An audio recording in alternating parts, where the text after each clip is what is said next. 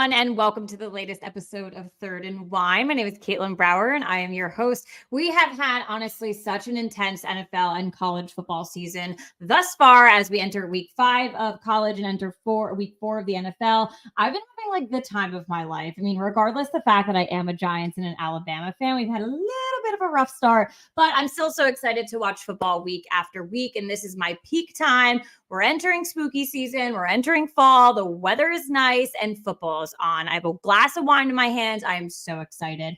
What I'm even more excited about is today's episode of Third and Wine because I have an Alabama super fan on with me. You guys do not know how long I've been waiting since I hosted the Real Football Fans in New Jersey and now Third and Wine to actually have another Alabama football fan on with me. It's been so long and I'm so excited. So without further ado, let's go ahead and introduce him. So he's here, Cruz Oxenreider. Thank you so much for joining me on this episode of Third and Wine. Can you go ahead and introduce yourself to our audience? Yeah, thanks for having me. I appreciate it. Glad we could finally make this happen. It's been a busy season for me as well. Football season for me with work has been nuts. For those who don't know who I am, I'm sure you've seen me on Twitter, either selling a soul or firing someone into the sun, or tweeting about the New Orleans Saints. I attended the University of Alabama it seems I almost graduated almost 10 years ago, which is insane to say. Listen, we're in a safe space. Yeah. I living in Chicago now, doing work with Barstool Sports, and it's been great. Thanks for having me on. I can't wait to get into some football. All right. Well, with that, real quickly too, can you tell, you said if you may or may not know me, can you tell my audience where they can follow you? Yeah, you can find me on Twitter at the Real Cruz Ox. If you'll find me, if you follow Alabama on Twitter, you'll find me. It doesn't matter if you love them or hate them, you will find me somewhere on that app. Same with Instagram and TikTok as well. And then you can also find me at Barstool New Orleans, or the Fantasy Football Factory, or Barstool Backstage. You can find me at one of those accounts. I'm around. Love it. And listen, the Alabama Twitter world is actually how we found each other. So I'm very excited for us to sit down and talk today. So you did mention Barstool. So can you share with the audience, how you started working at Barstool and then walk through your role within the organization? Yeah. So it was kind of out of nowhere. I got approached. Actually, I was in Mobile working the Senior Bowl. Oh, nice. I was working for Tim Tebow at the time, most random thing in the world. I was like, I won't get into that, but okay. I was working for him. I worked for him for about 2 years. I was working at the Senior Bowl, and I got a call, and basically it was somebody who worked at Barstool, who I've known in the past, known as Ben Mintz. He's a pretty big New Orleans guy. He's probably the New Orleans guy in the company. We were starting a New Orleans division. They know I was a big Saints fan. I was good at social media, and it just kind of happened. And, next thing I know, I'm running a city account, working for a company I grew up loving, and who honestly, it's been a dream come true. It's been almost 2 years now. And that turned in for me doing stuff with them part-time on a contract role to blossom into what I'm doing now, which is I run about 4 accounts. I'm helping on producing on shows in the past. I get to go to these events. I'm getting to work with some incredible people. Yeah. If you follow Barstool, I've had a chance to work with Mincy and Stephen Shea and Dante and a lot of other people these last year and a half, almost 2 years. And it's honestly been a dream come true. Basically making memes for a living. It's right. Great. So. We love that here. So you said that you're, running 4 accounts, you're doing some producing behind the scenes. Mm-hmm. Seems like a lot, but what would you say is your favorite type of content for those accounts that you're making? But then also you clearly have a huge personal presence too. What is your favorite for the personal aspect also? So as far as it goes, I'm not really in front of a camera very often, maybe every once in a while, if I'm, with one of the guys I work for, I'll be on camera or asking a question or a shout out. I don't know, hearing some of the big guys say my name is pretty cool. For example, I probably back in May, I was brought up in a conversation on one of their shows from like Big Cat, Dave Portnoy, and Mincy, and my name got brought up, and I was like, wow, I didn't even know any of them knew my name or had any idea who I was. I know I met them all, but they meet so many people you never really know. Right. And just kind of hearing my name thrown around was actually kind of like a surreal moment for me. But as far as like making the content, I love making something completely organic and making something go viral. I love it. Like I love being able to make people laugh and it being, basically a good way to express my creativity, because a lot of the stuff I make for my personal account, I don't put out specifically for that. So I love the fact that the Barstool accounts that I work with, specifically New Orleans, like I grew that from complete scratch, like from zero over the last year and a half. And we're almost at about 110K on Instagram. Oh, that's great. And I think Twitter we're at like 34K. And then the TikTok, I think we're around like 15K right now. So, and it's been all from zero. So it's been like just seeing what's worked and making things go viral. And it's been really fun. I've loved it. We've been able to do some really cool things, and we're continuously growing. Yeah. I love that. And congratulations. I work in social media too. And one of the best things is seeing how much you can grow a platform and a presence out there. So good for you and congrats. I really love to hear that from a fellow social media professional. It's really awesome to hear. Yeah. All right, so let's talk about Alabama. Obviously, I'm so excited to talk about it. I'm so jealous that you went to Alabama. I played lacrosse in college, so I had to strike Alabama off my list. They didn't even have a club team at the time, so unfortunately, it had to be a no-go for me, but it was on the top of my list, so I am very jealous. So what was it like going to school at the University of Alabama? It didn't even feel real a lot, to be honest. It was a lot. It was fun. It was a great time. I wouldn't change it for the world. I got lucky enough to be there for 3 national championships in 2011, 2012, and 2015. You really lucked out there. I got spoiled. I really did. So, and it's crazy because I didn't grow up an Alabama fan. Like, it's pretty well known from people who follow me. I grew up a Florida Gator. I ended up going to school there my freshman year of college. Just wasn't a good fit for me. Personally, I went to high school in Alabama, so it was just kind of one of those things where I should have just gone to Bama to begin with, but I'm glad that I went to begin with. But it was great. I made a ton of connections and friends, and I joined a fraternity, and my program and my professors and academic advisors who I still keep in touch with to this day, who have helped me get to the point where I've been in my career. I feel like I wouldn't have been able to find that anywhere else. The School of Communications at Alabama is a top 5 School of Communications in the country. I know we've been number 1 a couple times the last like decade. Right. And it truly is my favorite city in the world to go back to. I love going back for games. A part of me is like, I kind of want to live there, but I love going back. So because it makes it feel so much more special. So I try and go back to at least, I always go back for a game. I've been back to a game every year since, I left school. And then I've been trying to go to at least 1 or 2 a year. And then I try and make a basketball game now in the spring. So I try and go back so I try and go back at least 2 to 3 times a year now. All right. Well, so if you don't mind me asking, where did you go to high school? So I'm a military brat, so I went to a few different schools. So I went to Satsuma for a little bit in Mobile, then St. Paul's, and then we moved out to California my senior year. So so I bounced around a little bit. So it was like all over the place. Got it. Well, my tie to Alabama is Hoover High School, so that's why I want it. Yeah. So I won't get into it. You can look at my social media. The reason why I like Alabama. Look, I love two-a-days. Like that's what it's from. That's what it's from. Yeah. So it's my direct tie to Alabama is that TV show. But listen, I'm very grateful for it. So I was wondering if you said you went there, I would have literally died. But no, I know plenty of people who did. I have a ton of friends that went there. Yeah. So yeah. Oh, it's too funny. Too funny. And it's interesting too that you went to Florida as well. So I think that kind of going back and forth, but I'm happy you found a home in Alabama. I'm happy you had such a, incredible time there and that you go back. What was the game that you went to last season? Last year I went to A&M and I went to Auburn.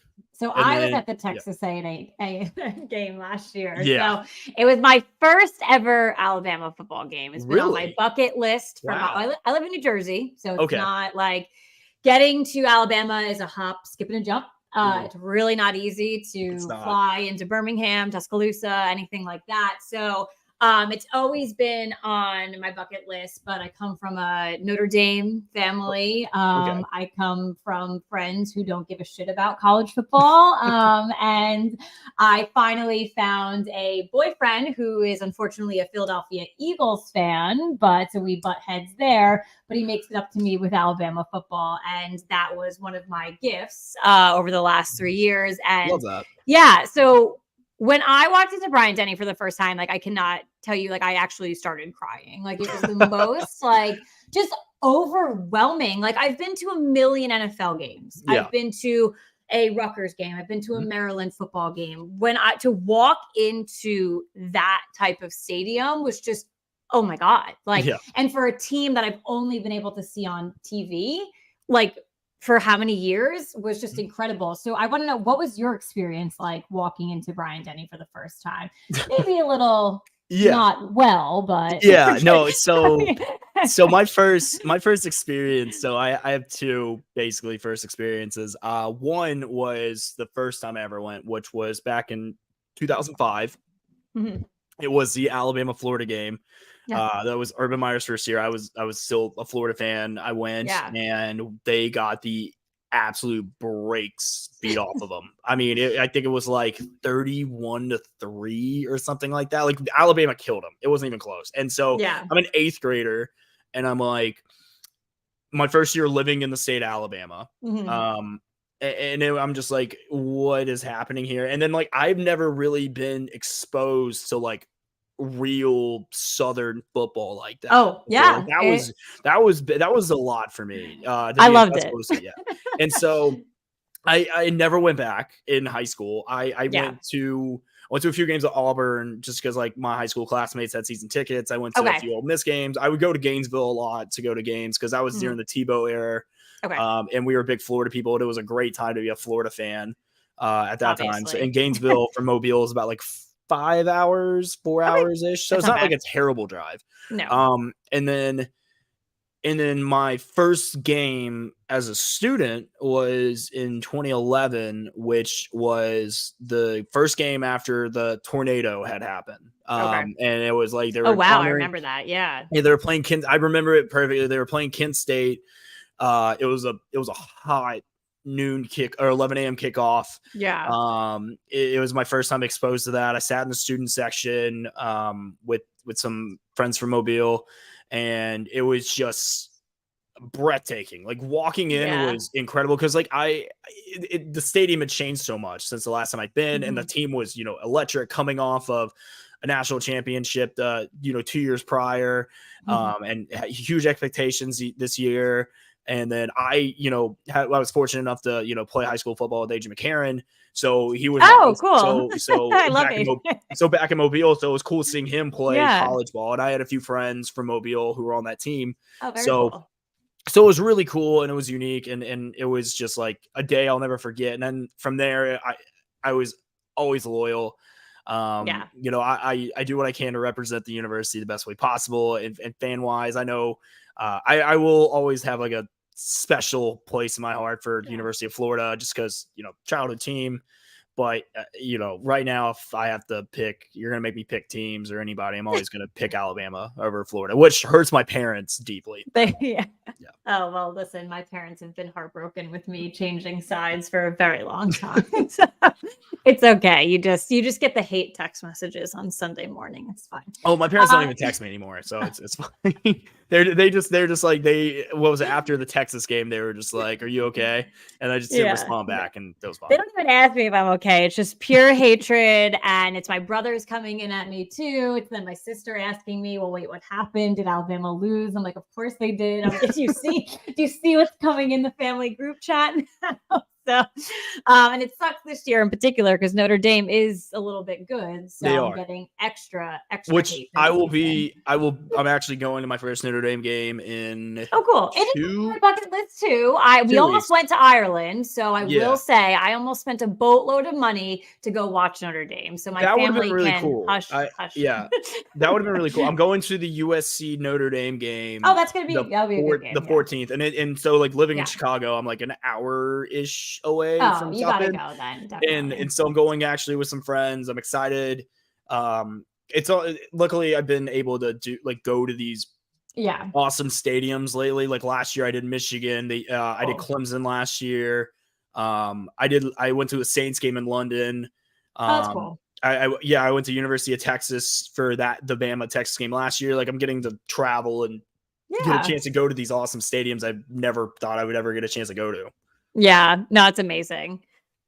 So we're obviously talking about Alabama. We're going to get into a little bit here, but someone did comment on YouTube, and I did think this is very fair. We're seeing it a lot here. It seems like the playoff is wide open. We were just talking about Notre Dame. It seems like, this person said 5 to 8 teams. I'm going to even up it to about 10 teams that could potentially make it this year. So I know some people are definitely questioning expanding the playoff, but I think it's coming at a right time in a couple seasons. But what are you feeling the same way? It's wide open this year? Oh, yeah. I think this is the most wide open it's been since the first year of the playoff. And I love it. And I love it. I think it's actually been it's been a wide open college football season, which I love. I mean, we haven't had it in a while. I would say like the last. Why wouldn't you love it? The last 5 to 6 years, it's been Alabama, Georgia, Clemson, Ohio State. I feel like I'm missing someone too, but LSU was in there. Oklahoma has been in there. And you have those teams and it's like, wow, okay, well, like we know at least 3 or the 4 are going to be in there. Now Michigan's in there. But this year you don't really know. Like right now, like I think the best team in the country is Washington. I don't even think it's close. I think Washington is the best team in the country. They play complete football. They have 3 wide receivers who I would put up against anyone in the country. Their quarterback's a Heisman winner. They have a great home field advantage. And they are just quietly sitting there. I think they're at 7, if I'm not mistaken. They're 7 or 8. And I think they're a sleeping giant. I think they're going to win the Pac-12. I think they are a more complete team than USC.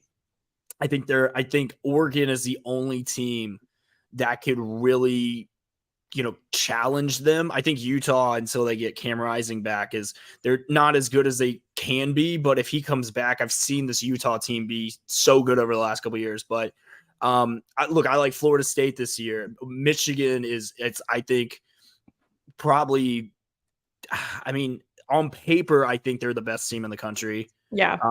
I don't think they're playing like it, but on paper they should be. Georgia, you can't count them out. USC arguably has the best player in all of college football. Penn State, you never really know. Oregon, how good is Bo Nix going to be? Notre Dame, they had a heartbreaking loss, but they're still definitely not out of it. Alabama could go on a run. Same with LSU. Yep. So I think there's at least 10 teams right now that can make the college football. You can make a case for it being like at the end of the year, I could see these 4 teams playing in it. Yeah.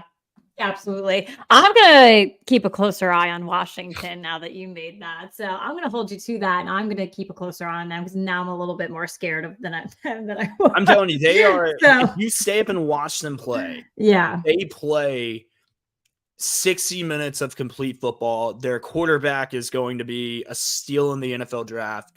And they have weapons everywhere. Their defense is good. Their coaching is great. Their recruiting is underrated.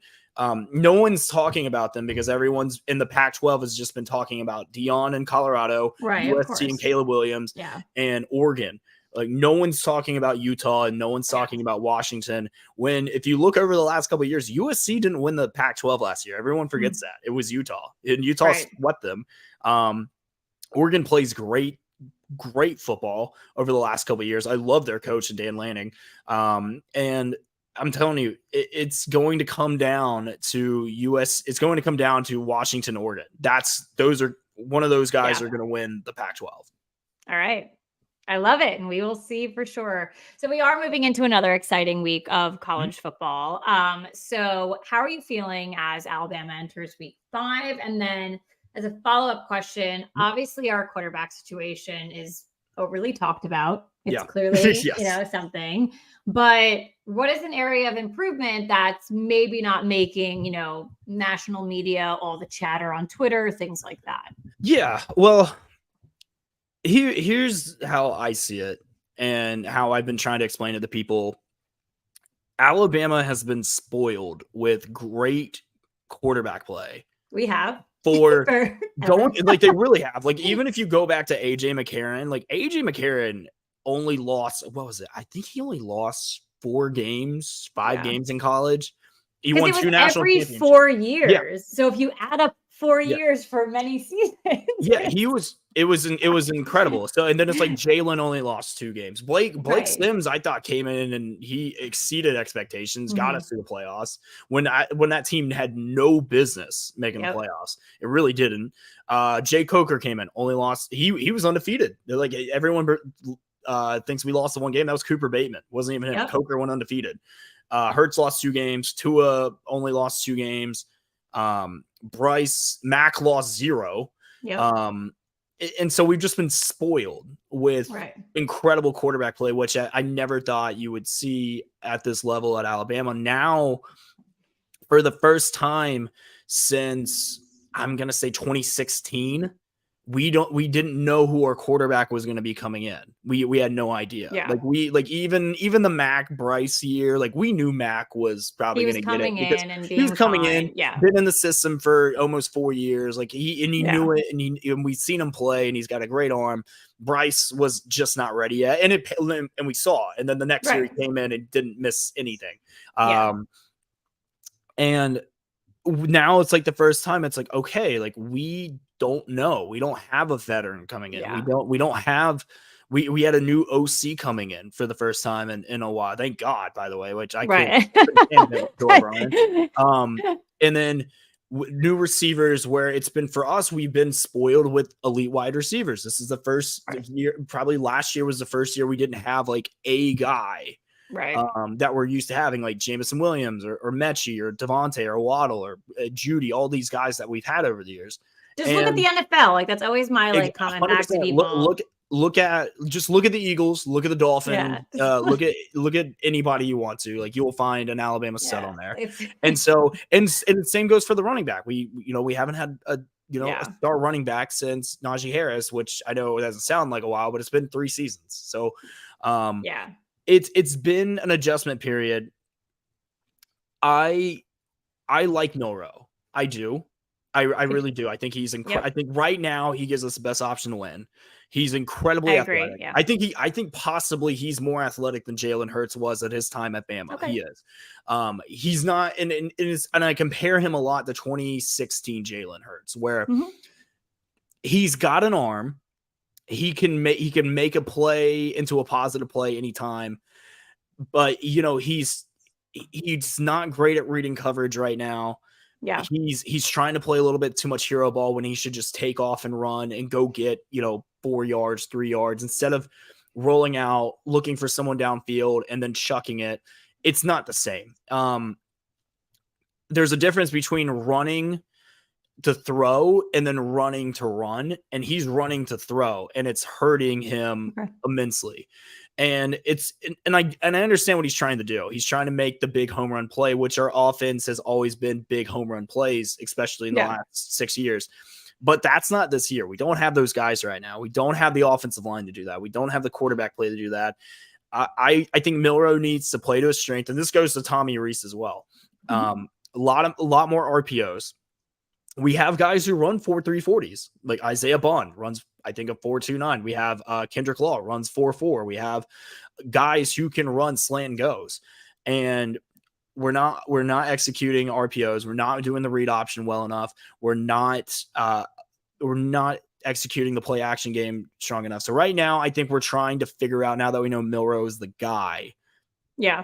How can we put him in the most successful situations? Because we just saw how great this Alabama defense is. It is. Yeah. It is. Well, good. they needed to step up last week. It was like a lot Yeah. of shit on the offense for Mhm. how long. And then it was like, well, And- guys, like they're kind of getting buried a little bit. They Yeah. haven't really done what we've needed them to do either. And they 100%. finally did. Well, here's the thing is that people are going to look at that Texas game and they're going to be like, wow, this defense is awful. Well, they didn't play a great game. But the reason why is we were going 3 and out. We were turning the ball over. Right. Texas, it was just they will be the best offense. The defense was nonstop. They didn't have they were moment. tired. Yeah. They couldn't generate a pass rush. They were Texas was doing things to basically the ball was out like that. There was no way to generate a pass rush. And then when they did generate a pass rush, the ball was already out of their hands. Right. And look, Texas is going to be the best offense, probably the best team Bama will play until they, if they make it to Georgia in the SEC championship game, which Georgia's offense will not even come close to what Texas is.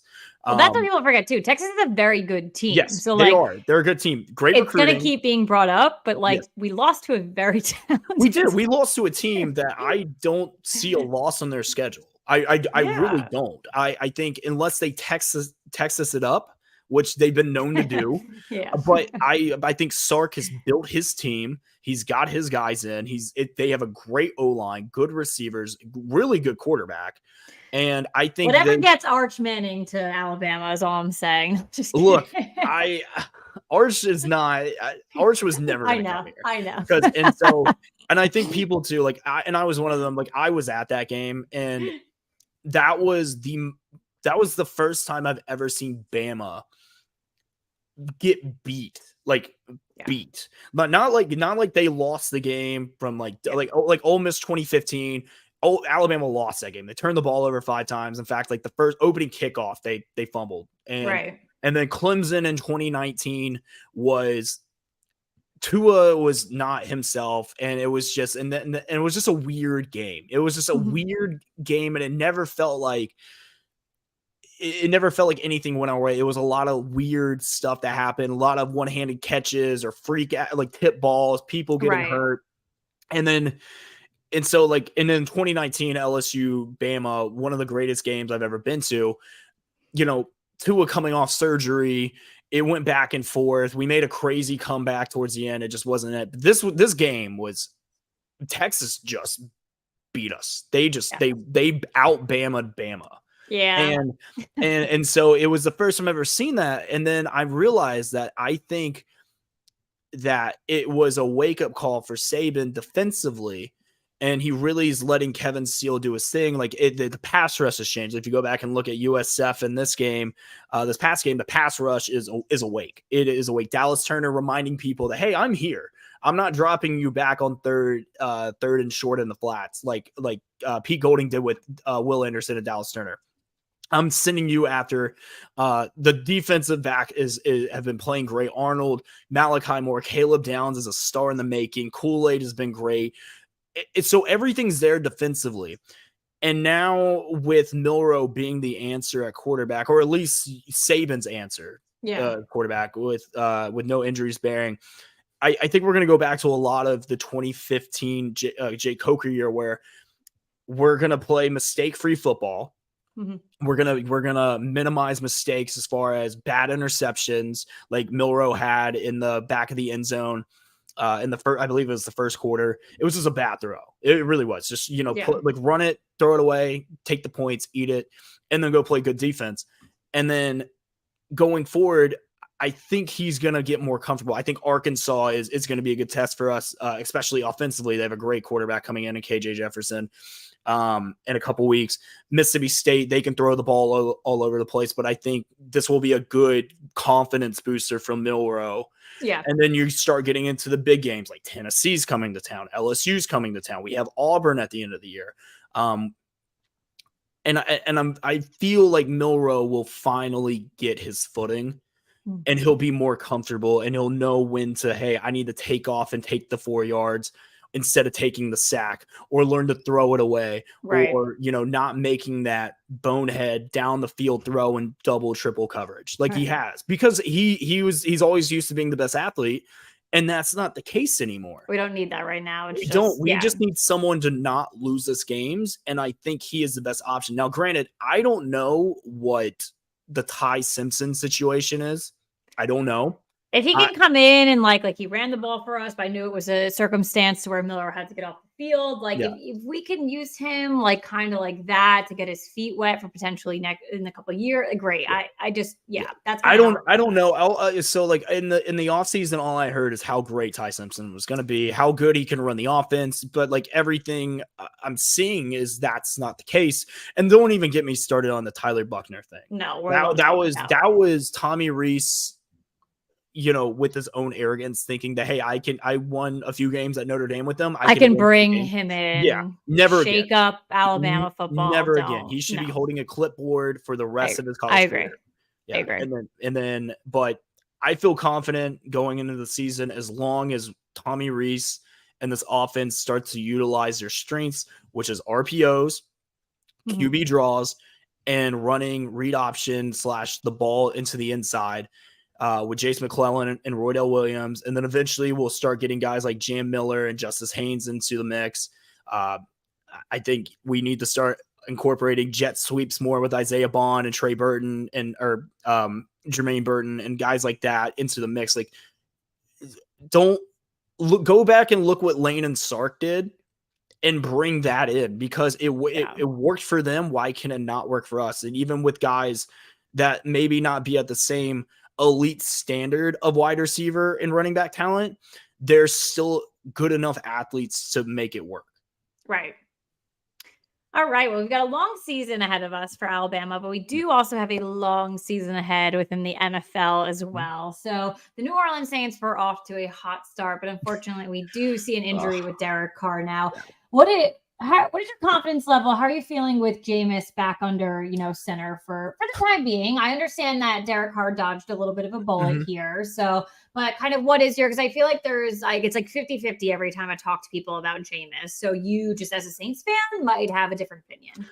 Okay. So I am a lot more critical when it comes to the New Orleans Saints. They're my childhood team. I love them. They are my first love. Is the New Orleans Saints. Look, I'll put it like this. If this would have been, I would say 2 years ago, I would be terrified, absolutely terrified. However, though, this is a little bit different because of the team built around him. It is a good team. Alvin Kamara is coming back this week, which is huge for us.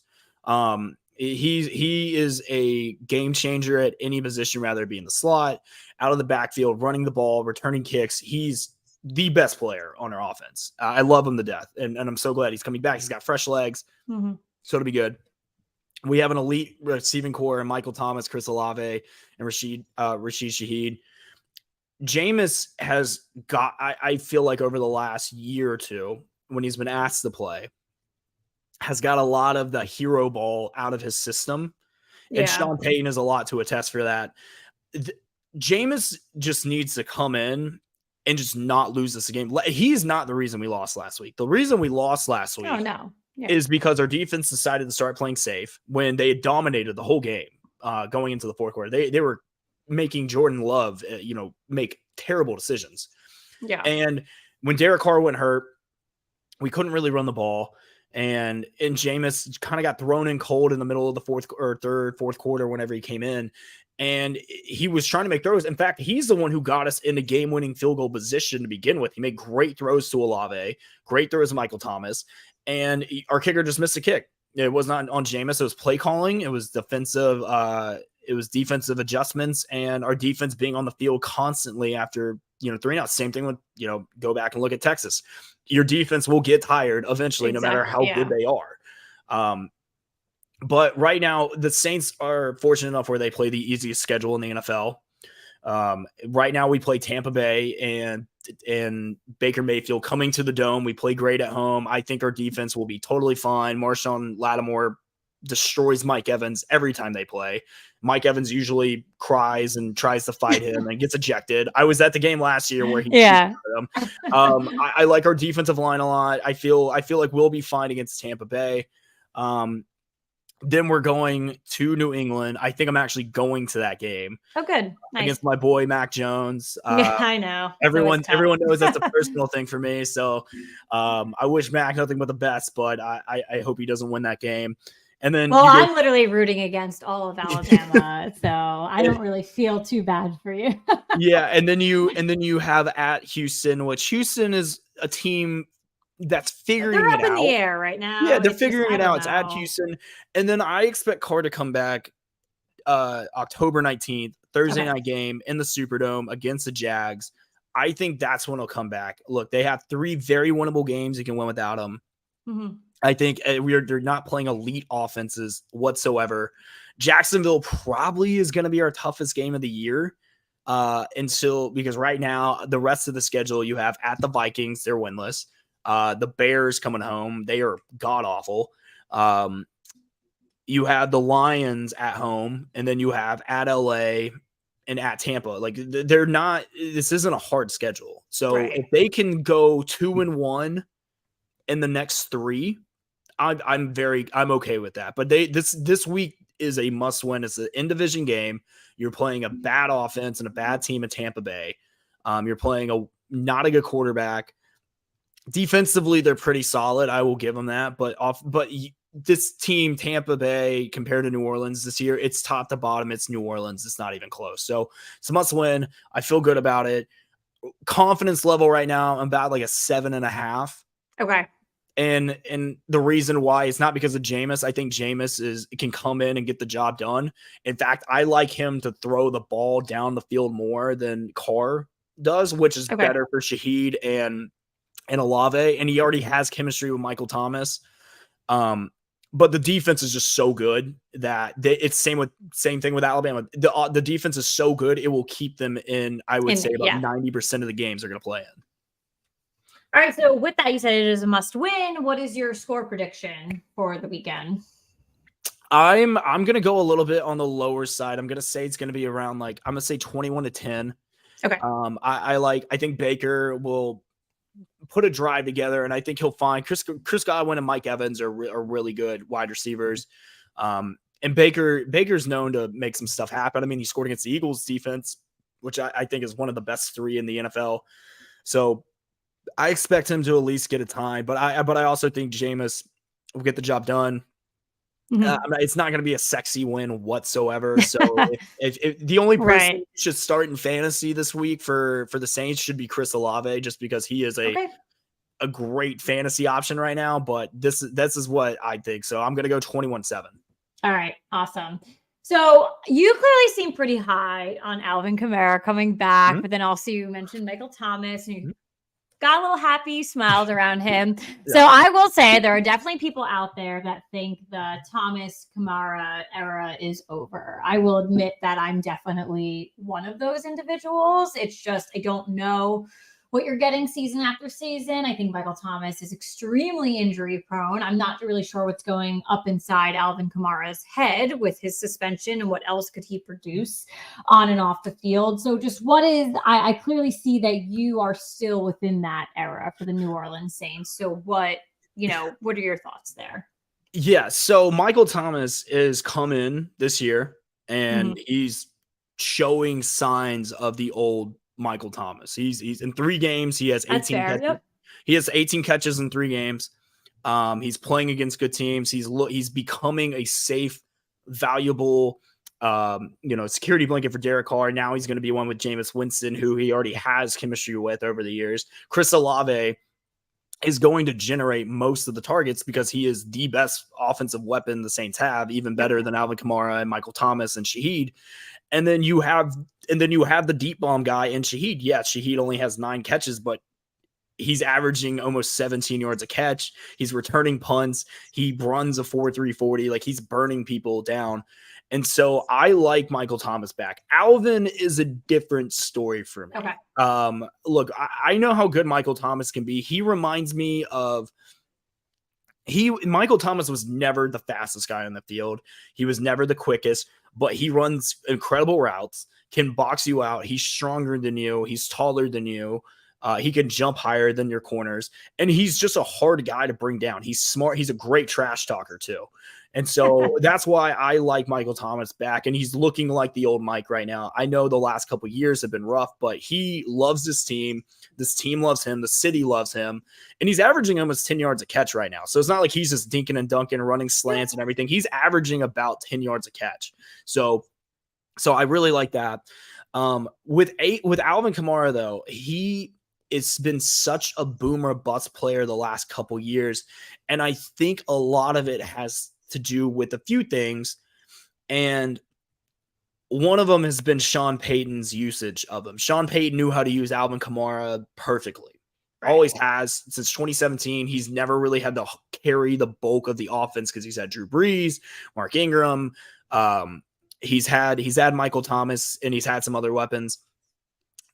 Then when Sean Payton left, Dennis Allen last year tried to use him in different ways, and he got him hurt, and he just wasn't healthy, and it wasn't a good season for us. And it was just a weird thing to see from such an electric player who last year he had a 3-touchdown game against the Raiders, and then the next week he gets hurt, and it just all goes, all goes to hell. He's fresh this year. I believe we know how to use them. I believe with him and Jamal Williams and now Kendre Miller and then Taysom Hill coming in, we can take a little bit off of him. The Saints are better when he carries the ball around 12 to 15 carries a game, and then he's catching about five passes a game because he's great in the screen game. He basically is an extra wide receiver on the field. A linebacker can't cover him except maybe like Devin White or Fred Warner, which – we are playing Devin White this week, but I expect him to still get his catches. And then also he's a veteran guy now. I think with having him with Mark Ingram and Drew Brees over the last couple of years and Cam Jordan, Mario Davis, he's become a little bit of a locker room guy. Yep. And I know he made a bonehead decision and he did, and he paid for it. He got suspended. He lost money, there are multiple reports that came out that it was just, hey, this guy touched my girlfriend weird and I beat the hell out of him. Like most men would probably do, but the stomping with the friends probably didn't help out, especially getting caught on camera in Vegas. So I think, spot. Just a little bit of a spotlight. TMZ is not kind of NFL players, but I hope that we can come in. He's healthy. He's fresh. He's in shape. He doesn't need a game or two to get his legs under him. I hope that he can come in and provide a much needed spark in the running attack that we have not had so far this year. So, and I'm excited to see what him and Derek Carr can do once Carr gets back. So especially in the check down game, but I'm not expecting a massive game from Alvin this week. It's his first game back. Tampa Bay's got great linebackers. I think if he can score a touchdown, I'd love that. So I'm thinking maybe like he gets around 75 all-purpose yards around this week. That would be ideal, realistically ideal for his first game back. Yeah. All right. Well, listen, it's always good to hear from, an actual fan of the team because, you hear rumblings, you hear people talk about it again. Maybe I've chimed in here and there on the two of them. But it is always good to, just to hear from an actual fan. So very much, respect to everything that you said. You have a lot of fair points there for sure. But so my favorite part of my episodes is that it's called Third and Wine. Hello, I drink wine. Everyone gets it. They get the title. They get it. It's football. My favorite segment is called Wine It Out. So I give my guests the opportunity to complain about anything they want to. So This is your moment. What do you want to whine about? Ooh, man, that's tough. It could be about anything. Okay, actually, no. There is something I want to whine about, and it actually just occurred the last couple of days. Sorry, my hair is acting crazy right now. Oh, it's great. Okay. First things first. My dad is a diehard Kansas City Chiefs fan. He is diehard. Been since 1970, since he was born. He's been one for over 50 years. I love them. But they're my second team because they're the only other team I would wear another jersey for because of my dad. Okay. Same. Me and my mom were diehard Saints fans, but my sister went towards the Chiefs just because she's a bandwagon. You got to split up the family. Got to split them up. Yeah. But Swifties coming into the football world. I can't. It's not. I'm not about it. Look. Welcome to football. Very happy you're here. There's nothing like growing the game. I love it, but Of y'all course. need to chill. Can I cuss on this show, by the way? Yes, we are explicit. Okay. Calm the fuck down, please. If I see one more tweet or video about how Taylor Swift is, upping Travis Kelce's career like he hasn't been an all-pro and won 2 Super Bowls, I can't. and even had a dating show at one point, which we don't need to talk about that because it was an awful show. No, it's not. We won't talk about it. Y'all need to chill. Okay. Look, we don't tell y'all how to react with Taylor Swift and what she is. And look, and I think Taylor Swift is great. I think she's a really good artist. When I'm drunk at a country bar or at a bar and I hear you're gonna sing her song. Oh, damn straight. I will sing our song like there's no business or You Belong With Me at a bar. Like when I'm a few vodka sodas deep, absolutely will sing along with it. But I hate her fans so much. And my sister is one of them, and I told her that, and she even admits that they're bad. And I think that Taylor Swift fans are worse than any professional sports fans. Eagles, Cowboys, Yankees, Lakers, you name it, Bama, you name it. They're the worst fan base, and now you're bringing them into a sport that has a toxic fan base already. And not the Chiefs, but just the NFL in general. Yeah. I just slow your roll and basically embrace the I'm just here era is what they need to do. You're just here. You need to learn, embrace it. But like, for example, don't just start going to Chiefs games. Don't. Or buy jerseys. The fact that his jersey went up overnight. I do. You know how expensive football jerseys are? I think. To be fair, I haven't paid for a real football jersey in years because I buy the warehouse ones from China, and I don't care. That's fine. I care a little bit more. I also buy the junior section. Sometimes I fit into an XL junior. But they're still expensive. It's still $100 for me. So to me, for you to just go buy random, that is what pissed me off the most. Because I do save my money. I'm also very selective of who I buy my jerseys on. And you're just gonna go buy a random Joe Schmo off the fucking street because your girl is banging him. Get the fuck out of here. Get the fuck out of here. So that's creepy. That's creepy that you're buying your gal's man's jersey. That's creepy. I could see, that's not sports. You don't buy your girlie's man's jersey. That's it's weird. not. But we've also have never, if you really think about it, what is the last big time music superstar to date a professional athlete? Sierra and Russell Wilson? Yeah, but no one likes Russell Wilson anymore. Everyone loves Travis Kelce. And that's a different fan base where it's Russell had already been established. He's been around for a while. Same with Travis has been around, but I don't know. There are people annoying. There are people now who are buying Chiefs tickets to the games and upping those ticket prices just to not even go watch the game. I saw this video of they weren't even watching the football game. They were literally standing outside the club section. No. I did see that as well. Yes. And they're just waiting. And now they think that Taylor's coming out on a popcorn machine container, which is absolutely ridiculous.